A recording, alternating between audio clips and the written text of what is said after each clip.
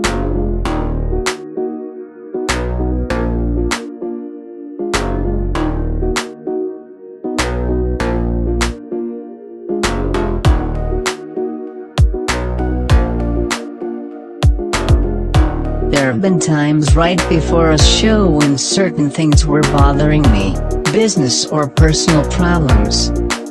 I would think, I don't know how to go through with this. I don't know how I'm going to get through the show. I can't perform like this.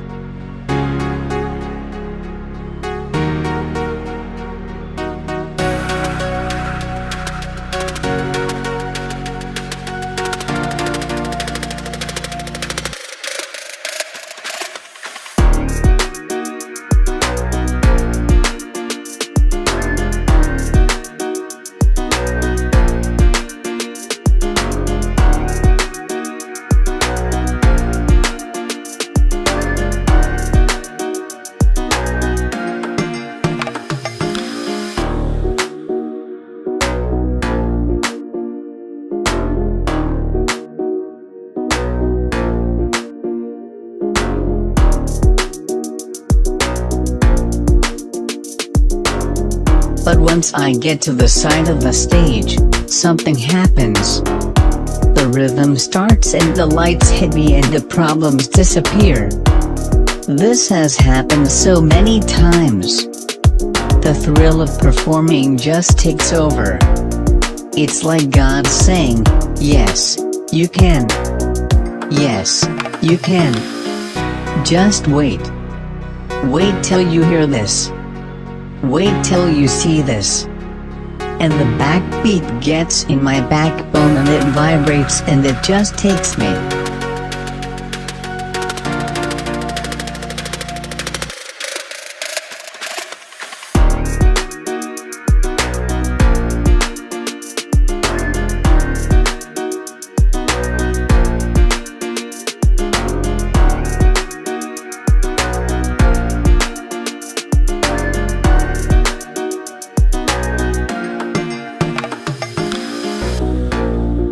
Sometimes I almost lose control and the musicians say, "What is he doing?" And they start following me. You change the whole schedule of a piece. You stop and you just take over from scratch and do a whole other thing. The song takes you in another direction. Thank you all. God bless you all. Michael loves you all. MJ alive.